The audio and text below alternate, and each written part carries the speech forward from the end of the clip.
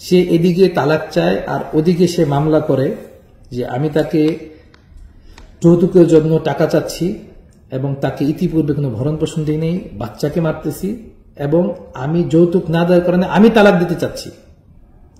অর্থাৎ সে আমাকে এভাবে আটকাচ্ছে যে আমি মানুষকে দেখাবে সে তালাক চাচ্ছে, আর কেসের মামলায় সে আমাকে ফাঁসায় রাখছে যে আমি তাকে তালাক দিতে চাচ্ছি যৌতুকের কারণে সে চাচ্ছে না। এই তার ছিল ভিতরের পরিকল্পনা এবং বাহিরের অবস্থা। আর বাসায় যে বন্দী থাকার ব্যাপারটা সে বলে, একটা মানুষ সারাদিন ফেসবুকিং করতেছে, আমি বাইরে আছি, সফরে আছি ওই বাসায় সে বিভিন্ন মানুষকে নিয়ে আসতেছে। এই যে যেই মহিলাটা, এই যে মানে উকিল, জানি না ওনার উকিল ওকালতি কত রক্ষী, তার তো আইনের কোনো ভাষাও নেই, আইনের কোনো নলেজও আমার জানে না। আমি তো আইনের লোক না, বাকি আমি যেটা বুঝি, সে দীর্ঘদিন যাবৎ সে আমার বাসায় আসে। লাস্টে কয়েকদিন যাবৎ আমি যখন বাসায় আসতে গেছি, বাসায় ফোন দিয়ে বলছে বাসায় দিনী বোন আছে, দিনী বোন। এই পরশুদিন যখন উনি সামনাসামনি হলেন তখন বুঝলাম যে এই দিনী বোন হচ্ছে সেই দিনী বোন। এই মহিলাটা বাচ্চা কাচ্চা নিয়ে এই আমার বাসায় বসে আমার বিরুদ্ধে আমার নামে মামলা সাজাচ্ছে, আর তাকে দিনী বোন পরিচয় দিয়ে। আসসালামু আলাইকুম ওয়া রাহমাতুল্লাহি ওয়া বারাকাতুহু। আলহামদুলিল্লাহ ওয়া সালাতু ওয়া সালামু আলা রাসূলিল্লাহ, মা বা'দ, ফাআউযু বিল্লাহি মিনাশ শাইতানির রাজীম। বিসমিল্লাহির রাহমানির রাহিম। ضربallahu مثلا للذين كفروا امرأة نوح وامرأة لوط كانتا تحت عبدين من عبادنا صالحين فخانتاهما فلم يغنيا عنهما من الله شيئا وقيل ادخلا النار مع الداخلين.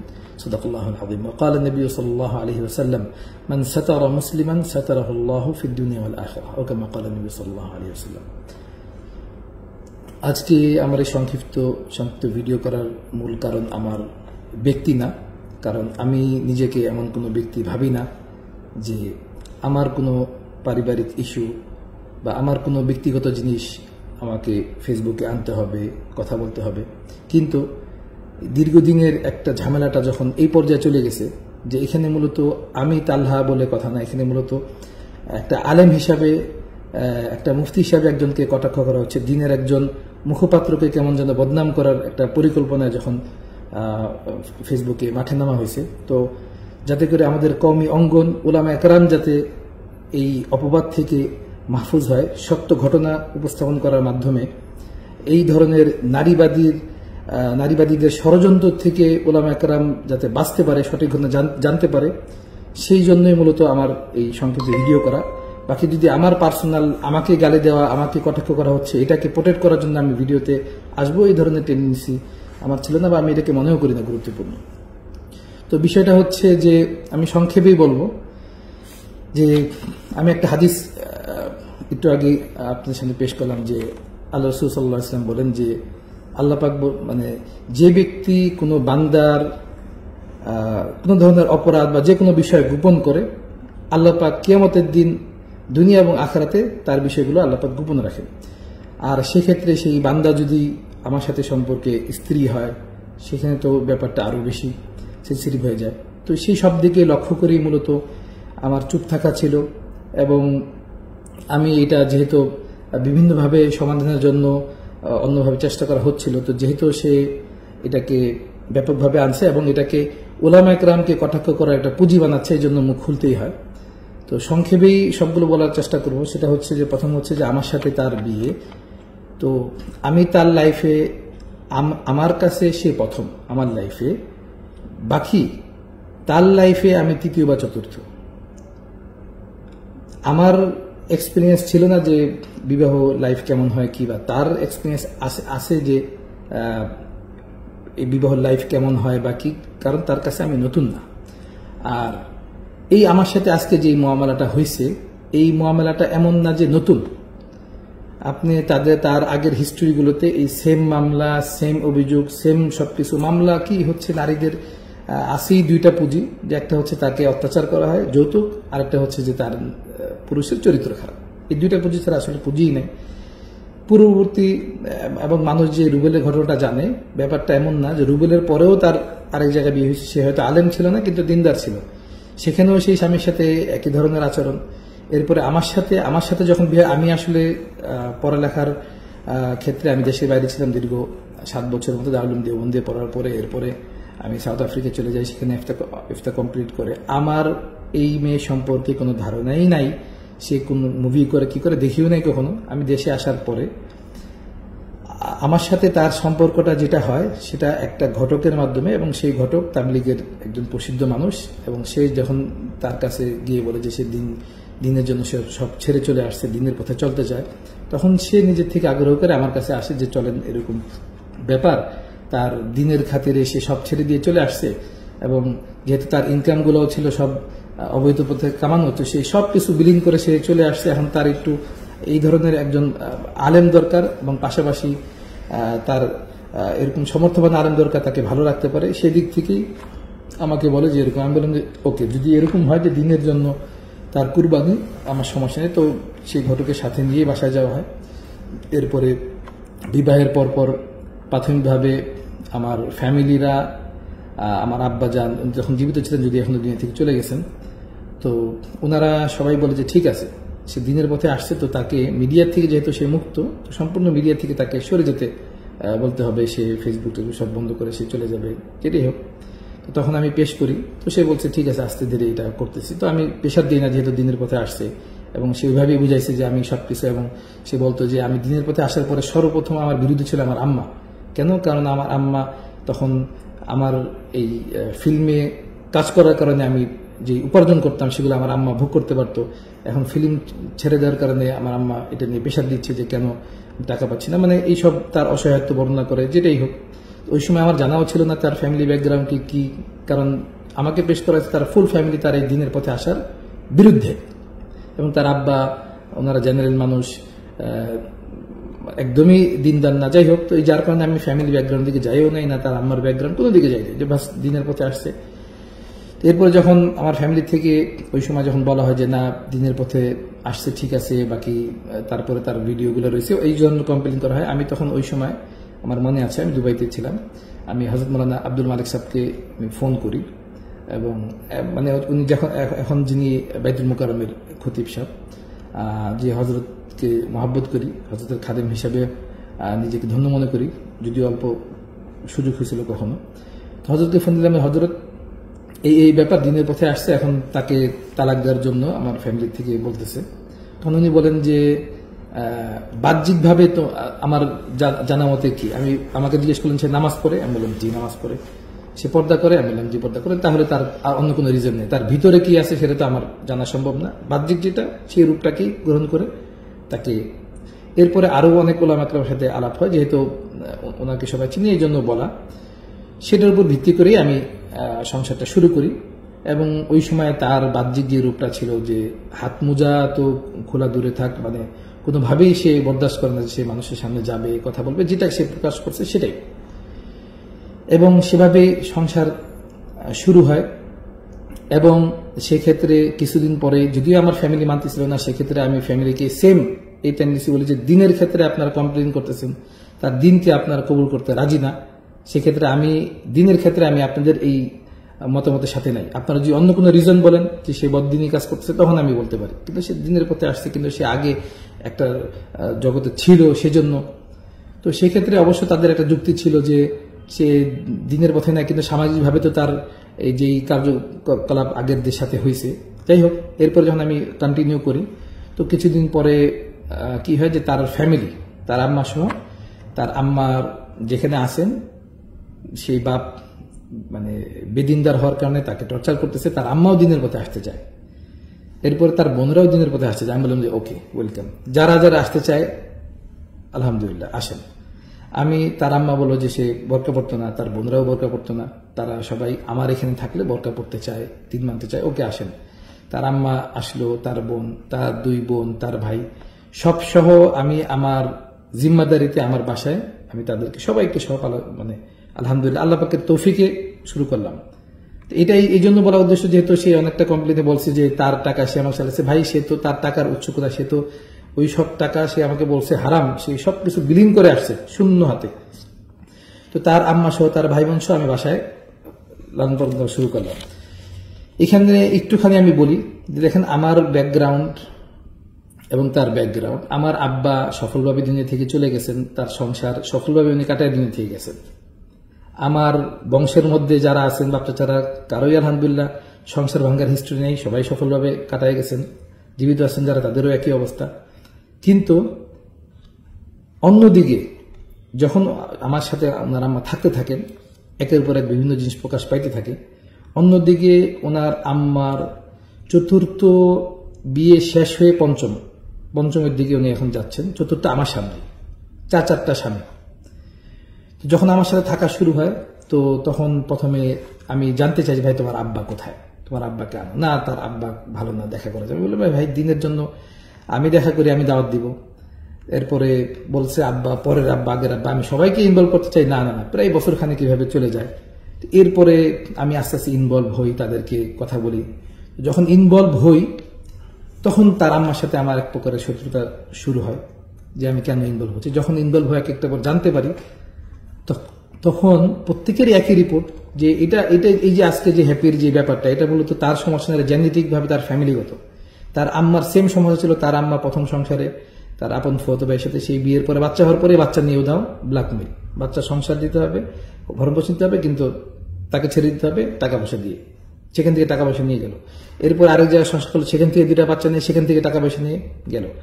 একে একে করতে করতে 4টা আমার সামনে জানা, আর পরের গুলা তো আমি আল্লাহ পাক ভালো জানেন। তো এরপরে যখন এরকম হলো, তাদের ক্ষেত্রে এই সেম মামলা, ওই তার স্বামীদের ক্ষেত্রে সেম মামলা, যৌতুকের মামলা এবং তাকে মারধর করা, সেম জিনিস। তা আমি যখন কথা বললাম, তখন দেখলাম যে ওই মহিলার স্বভাবটাই এরকম ছিল, যে সে এরকম বিয়ে করে এরপরে বাস তার থেকে একটা বড় টাকা অঙ্ক হাতায় দিবে।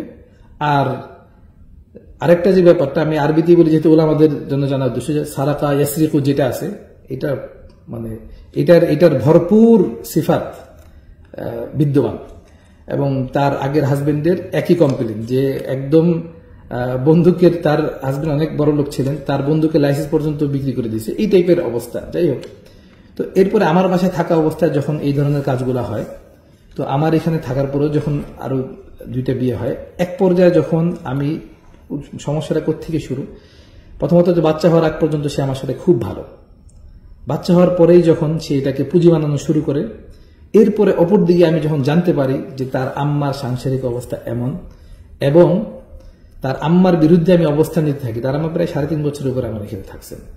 এবং আশ্চর্য ব্যাপার, মানে এটা কি বলবো, যে এরা মূলত নারীবাদী, একটা বোরকা পরা নারীবাদী একটা ফ্যামিলি, ঠিক আছে। মানে এমন অবস্থায় যে পরবর্তী 2 স্বামীর ক্ষেত্রে এমন হয়েছে যে সে আরেক জায়গায় বিবাহিত অবস্থায়, ওইখানেও সে ওয়াইফ, এখানেও সে একসাথে 2 স্বামী লালন করা শুরু করলো। যখন আমি এগুলাকে আমি আস্তে আস্তে তার সাথে মোকাবেলায় গেলাম, এক পর্যায়ে সে যখন চতুর্থ আরেকজনকে গ্রহণ করতেছে এবং আরেক স্বামী রেখে, আমি তখন প্রতিবাদ করি, এবং এক পর্যায়ে সে আমার বাসায় থেকে সে ফাঁসিতে ঝুলতে যায় ওনার আম্মা। তখন আমি এক পর্যায়ে আমি মানে প্রচন্ড রকমের হয়ে বলি যে ভাই, আপনি আমার বাসা থেকে এই মুহূর্তে চলে যান। আমি তাকে মানে হিট করতে যাই যে আপনি না গেলে আমি বাধ্য, বের হইতে হবে। এরপরে তাকে বের করে দেওয়া হয়। এই বিগত 1-1.5 বছর আগের ঘটনা। বের করে দেওয়ার পর থেকেই সে তার মেয়েকে দিয়ে শুরু করে, তার মেয়ের তো আগের অভিজ্ঞতা আছেই, শুরু করে একের পর এক এই ব্ল্যাকমেইলিং এবং আচরণগুলো। এই যে একটা ভিডিও সে সোশ্যাল মিডিয়াতে দিছে, সেই ভিডিওতে 3 বছর আগে ভিডিও, যেখানে তার মা, যে আওয়াজটা চিল্লাছে, তার মা পাশে থেকে, এবং সে তালাক চাচ্ছে। সে কি করতো, বিভিন্ন সিন ক্রিয়েট করে আপনার থেকে যখনই কোনো একটা টাকা অ্যামাউন্ট উদ্ধার করবে, এরপরে আপনার কাছে সে তালাক চাবে। এবং আমি এটাও জানি যে তালাক যে চায়, এটা সম্পূর্ণ তার একটা সাজানো নাটক থাকে। ইতিপূর্বে তাকে অধিকার দেওয়া 2টা তালাক তাকে অধিকার দেওয়া হয়েছে। সে 2 তালাক সে নিচে নেওয়ার পরে আবার সে ঘুরে এসে থাকছে, তার কিন্তু এখন অনলি লাস্ট তালাক বাকি। কিন্তু যখন বাচ্চা হয়ে গেছে এবং দেখছি আমি বাচ্চার প্রতি দুর্বল, বাচ্চাকে নিয়ে আমি যখন, এবং তার ফ্যামিলির ব্যাকগ্রাউন্ড জানার পরে যখন থেকে আমি দেখতেছি না, এইখানে আমার এই বাচ্চাকে লালন পালন করা সম্ভব না, নানির থেকে দূরে সরায়, তাদের থেকে আলাদা করে, এবং তার মেয়েকে আমি আলাদা করে, তখন থেকেই তার শত্রুতা শুরু। এবং এই যে তার মার যে অভ্যাসগুলো আগে শুনছি, আমার এখানে এসে আমি তো বিয়ে করছি তার মেয়েকে, আমার তো তার মাকে পালা আমার জন্য ফরজ না, কিছু না। তার মেয়ের সেম অভ্যাসগুলো শুরু হয়। আমার ব্যাংকের থেকে কার্ড নিয়ে যখন তখন, মানে ওই যে ফেসবুকে যে বুস্টিং করে, সেখান থেকে কার্ডের নাম্বার নিয়ে, এর আগে ইতিপূর্বে 13 লক্ষ টাকা নিয়ে যায়, সেটাকে নিয়ে আমি মীমাংসা করি। সেই টাকা সে পরে ফেরত না দিয়ে, পরে তার একটা জমি ছিল সেটা লিখে দেয়। এরপর আবার শুরু হয় একের পর লেনদেন। যখন এগুলো শুরু করি, তখন সে আমাকে এই বাচ্চাকে নিয়ে ব্ল্যাকমেইল শুরু করে, যে আমি বাচ্চাকে, এই প্রায় বছর 2.5 আগে, যে আমি বাচ্চাকে নিয়ে টর্চার করি, মারামারি করি। এইভাবে সে একাধিকবার বাসায় পুলিশ আনে, একাধিকবার। যখন তখন ফোন দিলেই বাসায় পুলিশ চলে আসে। পুলিশ এসে দেখে যে ভাই ঘটনা তো উল্টা, চলে যায়। এরপরে তার শুরু হয় তার নারীবাদী যে আচরণগুলো, মানে বোরকা পড়ছে বাস এটাই, কিন্তু বোরকা পরা নারীবাদী। সে যখন আমি বলি যে তার আপনার আম্মা কিভাবে আমাকে এইভাবে লুকায় আছে, আরেকটা স্বামী থাকা অবস্থায়, একসাথে 2 স্বামী, তার টেন্ডেন্সি সে ফেসবুকে লেখালেখি করে যে সে একাধিক বিবাহ আর কি কি বিবাহ সে লেখালেখি করে, প্রোগ্রাম করে। অথচ সে বলে কি যে পুরুষরা যদি তোমরা 2 বিবাহ রাখতে পারো, একটা মেয়ে কেন পারবে না? এই হচ্ছে তার টেন্ডেন্সি। আল্লাহ মাফ করে, আল্লাহ মাফ করে। আমি তখন আশ্চর্য হয়ে যাই, ভাই তার মারকে নিয়ে প্রশ্ন করার কারণে তার এই টেন্ডেন্সি, এবং সে নিজেও সেই টেন্ডেন্সি ধারণ করে, আল্লাহ মাফ করুক। তো এক পর্যায়ে যখন এটা নিয়ে, এবং সে বিভিন্ন ওলামা একরামদেরকে ফোন দিয়ে মাসলা নিয়ে এটা করতে চায়, আমাকে সেই যে আজকে যে তার উকিল বলল যে আমি বাচ্চার ক্ষেত্রে সমকামী, প্রায় 1-1.5 বছর আগের থেকে সে এটা মানুষকে প্রচার করে যে একটা বাচ্চা, 3 বছরের বাচ্চা, এখন তার বয়স 4 বছর 3 মাস, তার সাথে নাকি একটা বাপ সমকারী। মাউজুবিল্লাহ তাআলা। কি ধরনের মানে মিথ্যাচার এবং নাটকীয়তা তার হইলে আল্লাহ পাক হেফাজত করেন। এবং টাকা পয়সার ক্ষেত্রে তো আল্লাহ মাফ করবে, সে যে বলে যে 50 লক্ষ টাকা তার তার পুঁজি কোথায়, তার ভিত্তি কোথায়, সে কোত্থেকে, সে তার ইনকাম ট্যাক্স, সে কোত্থেকে, সে কি টাকা পাইছে, কোত্থেকে কি। এই যে বিগত 1 মাস যাবৎ সে লিখতেছিল গৃহবন্দী, এই গৃহবন্দী ব্যাপারটার মূল কি? সে আমার বাসায় বসে থেকে সে দুনিয়ার ফেসবুকিং করতেছে, সে সব জায়গায় যোগাযোগ করতেছে। সে বলতেছে যে গৃহবন্দী কেন? কারণ বিয়ের পর থেকে তার টেন্ডেন্সি এমন যে ঠিক আছে তুমি আমার হাজবেন্ড, বাকি আমি কোথায় যাব না যাব এটা আমার অধিকার, আমি কি করব না করব সেটা আমার অধিকার, আমি কোন পুরুষের সাথে যোগাযোগ করব না করব আমার অধিকার। যে টেন্ডেন্সি মানুষের নারীবাদীর হয়, সেম টেন্ডেন্সি তার। এবং আমাদের দেশের আজকে মুসলিম দেশ মানে মুসলিম আইনে শাসিত দেশ না, মুসলমানদের দেশ। আইন কানুন তো সম্পূর্ণ ইউরোপীয় এবং হিন্দুয়ানা এবং ইউরোপিয়ানা মতাদর্শের আইন কানুন। তা না হলে আমি মানে এই যে আমার একটা তিক্ত অভিজ্ঞতা, এই অভিজ্ঞতা আমার এটা কমসে কম জানার সুযোগ হচ্ছে যে আমাদের দেশের অবস্থাটা কি আসলে। নারীবাদীরা সংসারে আসলে কি হয় সেটা আমার জানার তৌফিক হয়েছে। কারণ আমি যখন দ্বারস্থ হইতাম, পুলিশের কাছে যাইতাম, তখন বলতো যে ভাই সরকারি আইনে কিছুই বলতে পারবেন না, আপনার ওয়াইফ হোক আর সে হচ্ছে যখন তখন বাড়ি যেতে বাধ্য। সে চুরি করলে, আমি যখন বারবার দ্বারস্থ হইতাম, আইনগতভাবে যে স্ত্রীর বিরুদ্ধে চুরির মামলা হয় না আমাদের দেশের আইন। সে আমার এই বাচ্চাটাকে নিয়ে দিনের পরে দিন হুটহাট চলে যেত, চলে গিয়ে 1 সপ্তাহ 10 দিন কোথায় আছে আল্লাহ পাক ভালো জানে। তার বাপ মার ধারে কাছে তাদের কারো কোনো ভাবে খবর পেতাম না। সপ্তাহ 10 দিন পরে সে ফোন দিয়ে বলতো যে ঠিক আছে আমি আসতেছি অমুক জায়গায়। বারবার এই রমজান মাসেও সে চলে গেছে 28-29 রমজানে, বাচ্চাকে নিয়ে কোন হোটেলে ছিল আল্লাহ পাক ভালো জানে, আমাকে বলো হোটেল ছিল। সপ্তাহ 10 দিন সে লাগাতার তার আম্মার সাথে নিয়ে সে থাকে। তাকে আমি যখন পুলিশের কাছে যে পুলিশ বলে যে মা বাচ্চাকে নিয়ে চলে যেতে পারে, কিন্তু আপনি বাচ্চাকে নিয়ে চলে যাবেন, আপনার বিরুদ্ধে মামলা হবে। আমাদের দেশের এই আইন। নারীবাদ আমাদের দেশে কোথায় আছে, কি অবস্থায় আছে আমরা জানি না। একটা বাচ্চাকে, সে বাচ্চা হওয়ার পরে একটা মানুষ তালাক নিয়ে চলে যাবে, বাপ সেই বাচ্চার ভরণ পোষণ দিবে, বাপ খরচ দিবে, কিন্তু মার ইচ্ছায় সেই বাচ্চা কোন স্কুলে পড়বে ডিসাইড করবে মা, সেই বাচ্চা কি করবে ডিসাইড করবে মা, খরচ দিবে, বাচ্চা গাধার মতো একটা বাপ খরচ দিয়ে যাবে। এই হচ্ছে আমাদের দেশের অবস্থা। কারণ যতবার সে পালাইছে ততবার আমি এই আইনের কাছে কিছু আইন বলছে আপনি কিছুই করার নেই এখানে। কিন্তু আপনি যদি বাচ্চাকে নিয়ে যান আপনার সাথে গুম মামলা হয়ে যাবে, এরকম অবস্থা। এরপরে সে যেই ফেসবুকিং করত, প্রথম কথা হচ্ছে যে দেখেন আমি ফেসবুক লাইনের লোক না, আমার যে পরিচয় এটা ফেসবুক দিয়ে না। আমি আজকে যদি জমিয়তের কোনো খাদেম হিসেবে কোনো কাজে লেগে থাকি, এটা আমার ফেসবুকের পরিচয় না। জমিয়ত আমাকে ফেসবুক দেখে নেয় নাই। আমার অফলাইনের যে খেদমত, সেই খেদমত আমি অফলাইন হিসেবেই গেছি। আমার ফেসবুকে আমি কোনো ভাইরাল কোনো পার্সন না। কিন্তু এই যে সে যখন এই আমার সাথে এগুলা শুরু করলো, তখন বিভিন্ন উলামা একরামকে আমি নিজে ইনভলভ করার আগে সেই ইনভলভ করতো।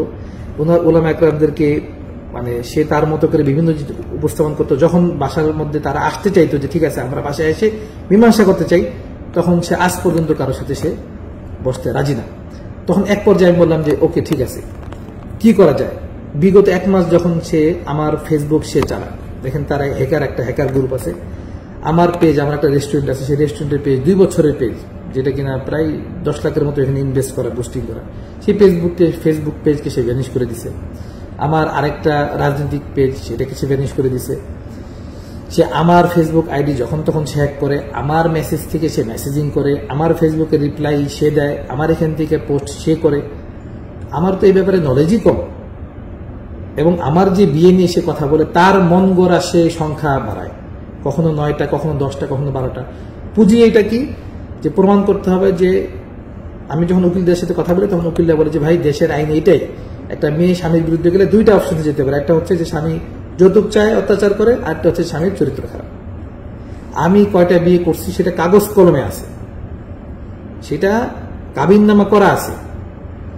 সে তার মতো করে যা ইচ্ছা নাম সে ইনক্লুড করবে এবং করবে, এবং তার জানার বাহিরে আল্লাহ মাফ করুক মানে অসম্ভব, বরঞ্চ সে সাথে থেকে আর ইভেন তার পরিচিত, তার সাথে আগে সম্পৃক্ত, এবং সবকিছু কাগজ আছে। এটা সে কোর্টে, সে মিডিয়ায় আসছে মূলত তার কোনো বিচারের জন্য না, সে চাচ্ছে যে এখানে একটা একটা আলেম সমাজকে সে উলঙ্গ করার জন্য এবং নারীবাদীকে সে প্রমোট করে। কেন, তার মূল উদ্দেশ্যটা কি, যে তাকে আমি ছাড়তেছি না, সে ফেসবুকে প্রকাশ করছে তাকে আমি তালাক দিচ্ছি না, অথচ আপনারা জানেন না যে তাকে দুইবার ইতিপূর্বে তালাক দেওয়া হয়েছে।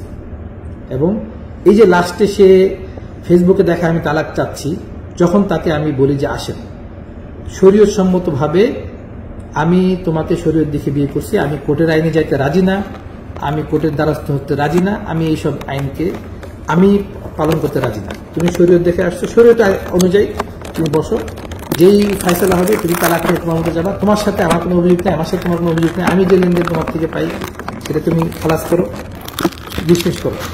সে বলে যে না, আমাকে তুমি তালাক দাও, আমি আমি কি বলে আমি কোর্টের দ্বারস্থ হবো। আমি বললাম যে ওকে ঠিক আছে। সে কি করবে, সে কথায় কথায় হুমকি দিত যে অমুক আলেম তার হাতে, অমুক আলেম, সে কথায় কথায় বলতো যে মামুনুল হক সাহেব আমার হাতের মুঠোয়। তার সাথে তার নর্মালি দিনের খাতির হোক কোনো যোগাযোগ আছে হবে। সে লাস্ট পর্যায়ে বলে যে ঠিক আছে, মামুনুল হক সাহেবকে আমি ফোন দিচ্ছি, উনি আসতেছে। আসলো, আসার পরে মামুনুল হক সাহেব বাসা আসলে এই সপ্তাহখানেক আগের কথা। বাসায় আসার পরে সে বললো যে ঠিক আছে কিভাবে কি করা যায়। তো আসার পরে সে বললো আমি দিনের জন্য নিজেকে কুরবান করতে চাই, ওই নাটকীয়তা একই, দিনের জন্য কুরবান করতে চাই, আমার দিনের জন্য আমি এই করতে চাই, সেটা দিন যা বলে সেটাকে মানুষ বলছে ওকে তা ঠিক আছে। আমাকে প্রশ্ন হলো যে আমি তো এটার জন্যই বসে আছি। তো বলো যে ঠিক আছে, তোমরা আইনগতভাবে তোমাদের উকিলরা লিখিত দিবে যে আমরা সম্মতি উভয়ের পরস্পরের সমাধানে আমরা বিচ্ছেদ হয়ে যাচ্ছি, আমাদের কোনো ধরনের কোনো দাবি দাবা নাই, আমরা শরীয়তের যেই আইন হয়, এবং মামুন সাহেবকে কাজী শব্দটা আমি উল্লেখ করলাম, উনি কাজী থেকে শরীয়ত যেটা বলে সেই অনুযায়ী আমল হবে, এবং শরীয়তের বাইরের যে কোর্ট কাছারি আছে, কাস্টডি মামলা আছে, এগুলোতে আমরা দ্বারস্থ হবো না, আমরা লিখিত হবে এবং আমরা বিচ্ছেদ হবো 3 দিনের মধ্যে, আগামী 3 দিনের মধ্যে।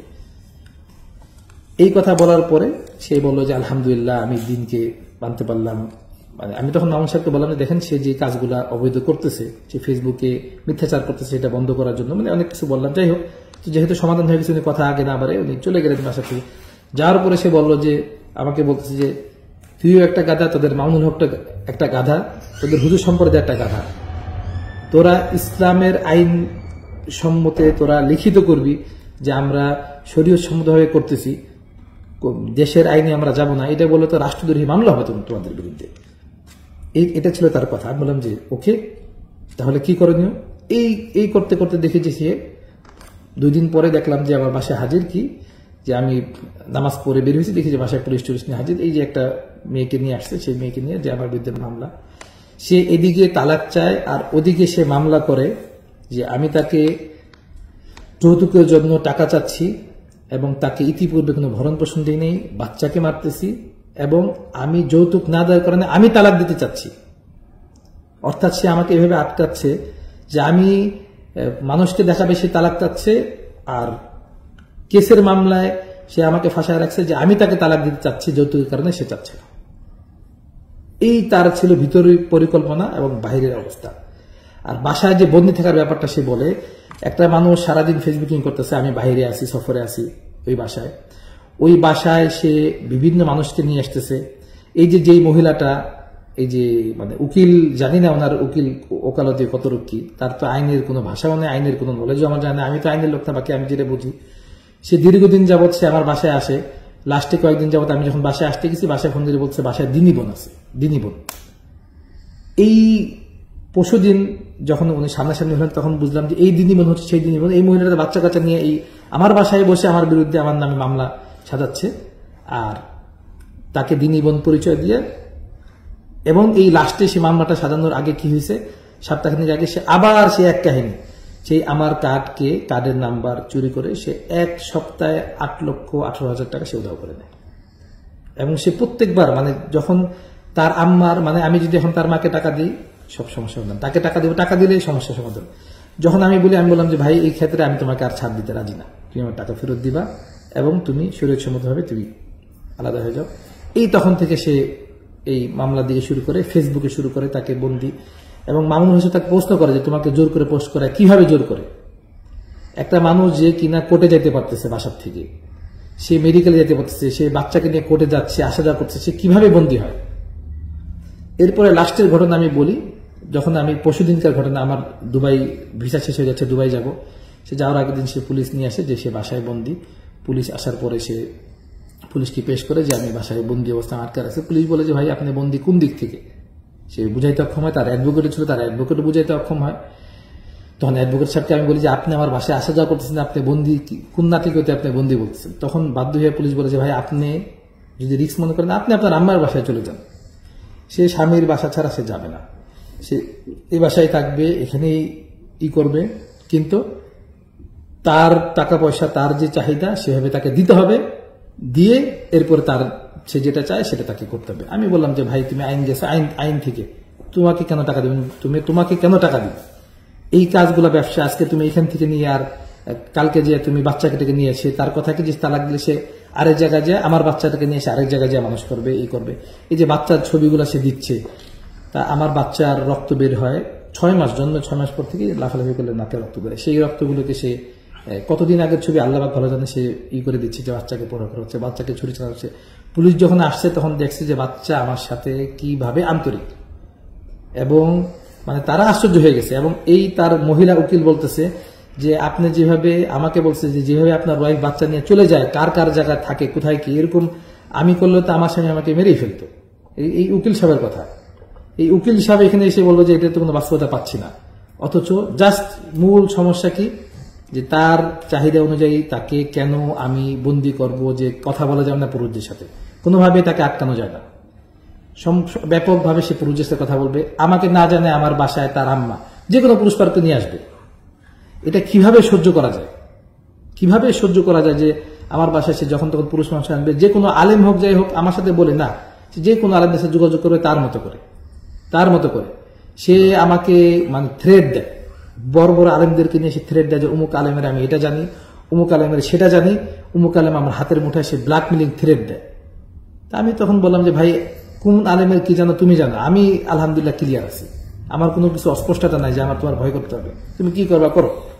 এরপরে এই লাস্টে সে নিজের থেকেই এই আপনার এই যে সে যে একটা সাংবাদিক সম্মেলন করলো, যেখানে সে আল্লাহ মাফ করুক সেখানে মামুন সাহেবের নামটাও ছিনিয়েছে। মামুন সাহেব তো তাকে দিনের খাতিরে বলছে যে তুমি দিন অনুযায়ী সমাধান নাও, সে মামুন সাহেবের সমাধানটাকে সে মানে নাই, না মেনে সে আমাকে আরো বলতেছে যে আমি যা বলবো মামুন সাহেব সেটা করতে বাধ্য। কোন পুঁজিতে সে আমাকে এই ধরনের থ্রেড দেয় যে তুমি জানো না আমি কি জানি, আমাকে এই থ্রেডগুলো সে দেয়। এবং আজকে লাইভ করার আগ পর্যন্ত অনেকেই আমাকে বলছে যে ভাই অনেক কিছু আপনি এড়ায় চলেন, ওইটা বলেন না সেটা বলেন না, তো আমি বলতে বাধ্য। আর লাস্টে এখন আমি যে কথাগুলো কিছু বলতেছি যেটা আমার ব্যক্তিগত আবেগ থেকে, যে ভাই একটা মানুষ 20 বছর কওমি লাইনে আছে, হেফজু পরে 10 বছর লাগায়া, আলেম হইতে 10 বছর, এরপরে সে মুফতি হয়, এত লং টাইম সে কওমি অঙ্গনে থাকে, 30-32 বছর সে থাকে। আর আরেকটা মানুষ হুট করে সে সিনেমার থেকে এসে বোরকা পরে, তার দিনের উপর আপনাদের এত অটল ভরসা হয়ে যায়। আর যেই কওমি অঙ্গনের ছেলেটা এতগুলা বছর, আমি বলতেছি না যে কারো ক্ষেত্রে, আমি আমার ব্যক্তিগত মত হচ্ছে যে কোনো একটা কওমির ছেলে যদি নামতে নামতে লাশ পর্যন্ত চলে যায়, আর অপর অঙ্গনের কোনো একটা মানুষ উঠতে উঠতে উপরে উঠে তাও সমান হবে না। আপনারা কোন লজিকে আপনার একটা মানুষ হুট করে বোরকা পরে আসছে, তাকে আপনারা দেখেন সে বোরকা পরে সে একটা মানে একটা বেহায়াপনা, মানে মানে কি বলবো এটাকে, একটা পর্দাহীন মেয়েকে সাথে নিয়ে সে লাইভ করে সবাইকে দেখাচ্ছে, তার ইমানের উপর আপনাদের ভরসা। আর আরেকটা মানুষ সে 20 বছর পড়ালেখা করে 10 বছর কওমি অঙ্গনে থেকে তাদের উপর মানে আপনাদের এই লজিক আসে কেন?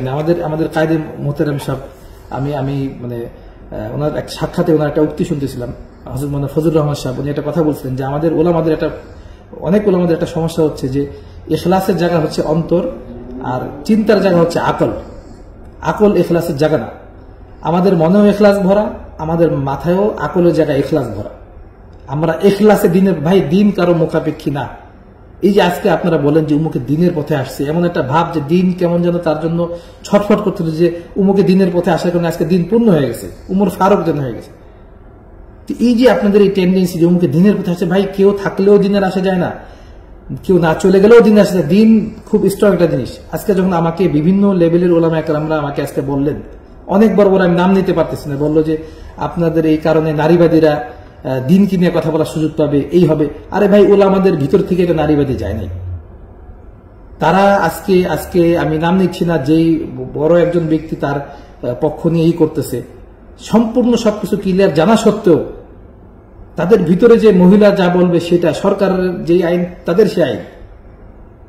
আমাদের উচিত যে ভাই ইসলামটাকে প্র্যাকটিস করবো তো সবার আগে ফ্যামিলির মধ্যে। এই ফ্যামিলির থেকেই তো মানুষ ছড়ায়, এই মানুষের উপর আমরা দিনটাকে কায়েম করি। আজকে আমাদের কমসে কম 99% মুসলিম দেশে তো এতটুকু হওয়া উচিত যে ভাই যারা কোর্টের আইন মানবে মানব, কিন্তু যারা শরিয়া আইন মানে তাদের জন্য শরিয়ার আলাদা কোর্ট হওয়া উচিত। যে বিয়ের আগেই যে শরীয়তের আইনে তার ইচ্ছা থাকবে স্বাধীন, যে সে যদি শরীয়তের আইনে বিয়ে বসে তাহলে তার বিচ্ছেদ শরীয়তের আইনে হবে। আজকে আমি নিজে মানে ভুক্তভোগী হয়ে দেখলাম যে আমাদের দেশে আজকে পুরুষদের কি অবস্থা। আমি অত্যাচারিত হইলে আমার কোনো মামলা করা যাবে না, আমার ঘরে বারবার চুরি হইলে আমি কমপ্লেন করতে পারবো না স্ত্রীর বিরুদ্ধে, আমি ছেলেকে নিয়ে স্ত্রী পারমিশন বেরোতে পারবো না, কিন্তু স্ত্রী কারোর সাথে কথা বললে আমি ঠেকাইতে পারবো না। কথা বললে পুলিশ নিয়ে আসে। স্ত্রী বাসার থেকে যখন তখন বের হয়ে যাবে, আমি ঠেকাইতে পারবো না, পুলিশ নিয়ে আসে। স্ত্রী বাচ্চাকে নিয়ে চলে যাবে, আমি ঠেকাইতে পারবো না, পুলিশ নিয়ে আসে। এরপরে তালাক হওয়ার পরে কি স্ত্রীর কাছে বাচ্চা থাকবে, স্বামী খেটে তাকে টাকা দিবে, তার স্বাধীন মতো সে কাজ করবে। এই যে এত বড় একটা তাগুত চাপাই দেওয়া আছে। যখন মামুন সাহেব আমার বাসায় ছিলেন, আমি বলছিলাম যে আপনারা যে আন্দোলন করতেছেন সেখানে এটা আপনি উল্লেখ করেন যে কিভাবে এইগুলো এই মুসলমানদের দেশে এগুলো চলে। আর কেন আমি ওনাকে গতকালকে মেসেজ দিয়েছি যে আপনি সবকিছু জেনে শুনে আপনি কেন স্পষ্ট বলতেছেন না যে তার এই দুইমুখী আচরণ, সে যে একটা ধান্দাবাদ, সে যে একটা বোরকা রূপে একটা নারীবাদী, সে বসে আছে ওলামাদেরকে নষ্ট করার জন্য, এটা আপনি প্রকাশ্যে কেন আপনি বলতেছেন না? কেন আপনি এটাকে জানার পরে ক্লিয়ার করছেন? আমি ওনাকে বলছি, সে বরঞ্চ মানে আমাতুল্লাহ বরঞ্চ সে তাকে করে যে আগে তাকে তালাক দেওয়া হোক, এরপরে সে দেখবে। সে তো দুমুখী আচরণ করতেছে। আমি তো তাকে নিজেই তালাক দেওয়ার জন্য বারবার বৈঠক করছি, তাকে তালাকের জন্য অধিকারও দিছি, যা তুমি এইভাবে করে করো, কিন্তু সে কেসে লেখা রাখতেছে যে তাকে তালাক আমি দিতে চাচ্ছি যৌতুকের জন্য। এটা তো একটা দুই রকম একটা আচরণ। আল্লাহ পাক আমাদেরকে এটা থেকে হেফাজত করেন। আর যত ধরনের অভিযোগ সে বলছে, এটার জন্য আমার প্রোটেক্ট করার জন্য আলাদা দরকার নেই। এটা শুনলেই বোঝা যাবে যে কতটুকু সত্য না মিথ্যা।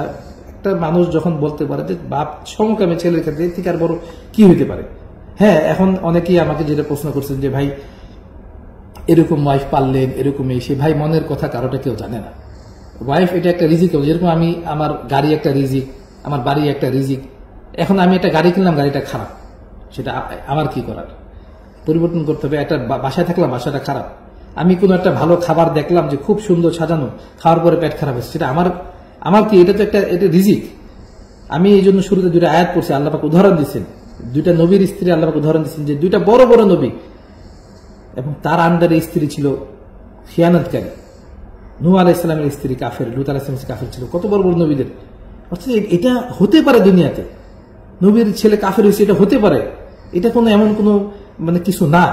কিন্তু আমার কাছে আজকে আশ্চর্য লাগে যে যেই সমস্ত বড় বড় ওলামা কেরামরা নারীবাদী আন্দোলনে লিপ্ত, তারা কিভাবে ভিতরে ভিতরে মানসিকভাবে নারীবাদ পোষণ করে তারা নিজেরা। এটা দুঃখজনক। কিন্তু অনেক কিছু আমি বলতে পারতেছি না, যেহেতু